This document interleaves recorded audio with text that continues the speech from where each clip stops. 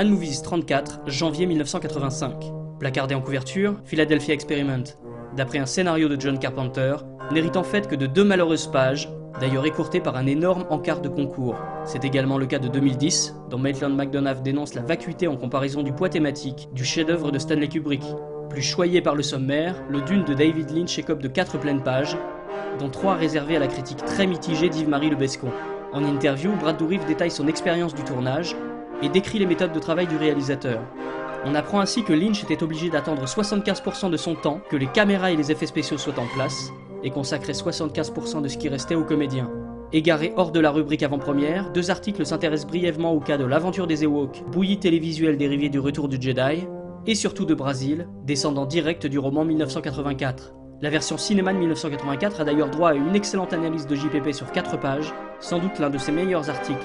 Pendant ce temps, Yves-Marie Le Bescon s'en va interroger le maquilleur Carl Fullerton, qui lui parle longuement de sa carrière et surtout de sa collaboration avec ses anciens mentors Stan Winston et Dick Smith.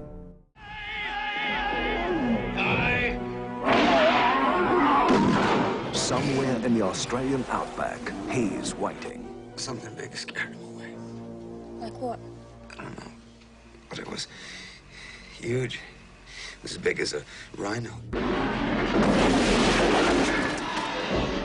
Razorbacks. Carl Winters searching for the answers. Godless vermin. He's only got 2 states of being. Dangerous or dead. Now listen, Bill, you're in the middle of bugger all here, so for Christ's sake, don't go walkabout. We'll never find you.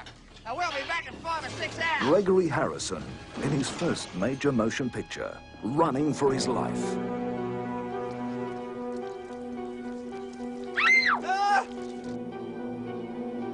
If you're gonna do it, just bloody do it. Hello? Come on, man, shoot me! You finished the kangaroo off! Shoot me! Produced by Hal McElroy from Australia's hottest new director, Russell Mulcahy. Razorback. He's only got 2 states of being. Dangerous or dead. Razorback.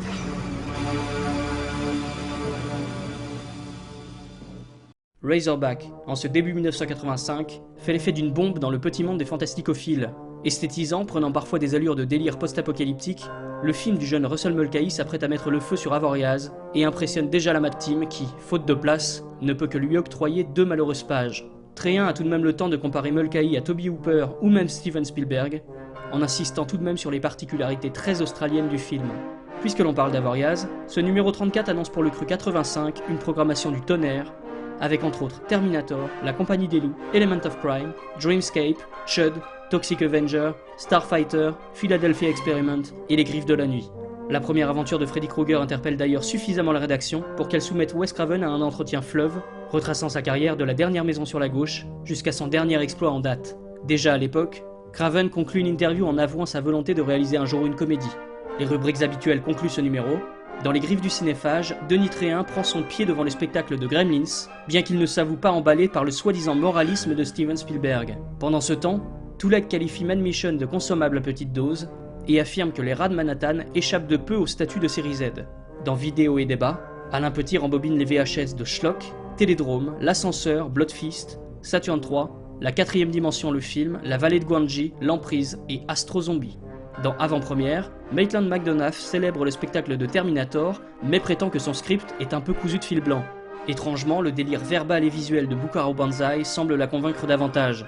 Dans les notules, on apprend que Roger Spottiswoode va réaliser la comédie FX, que Leonard Nimoy a accepté de jouer dans le prochain Star Trek à condition qu'il le réalise, et que Enemy Mine de Wolfgang Peterson sera sans doute l'un des plus beaux films de SF jamais réalisés. Ah, et un certain Evil Dead 2, L'Armée des Ténèbres, pourrait être tourné par William Lustig. Enfin, en 3ème et 4ème de couve, une affiche de Troll et une photo promotionnelle de Terminator.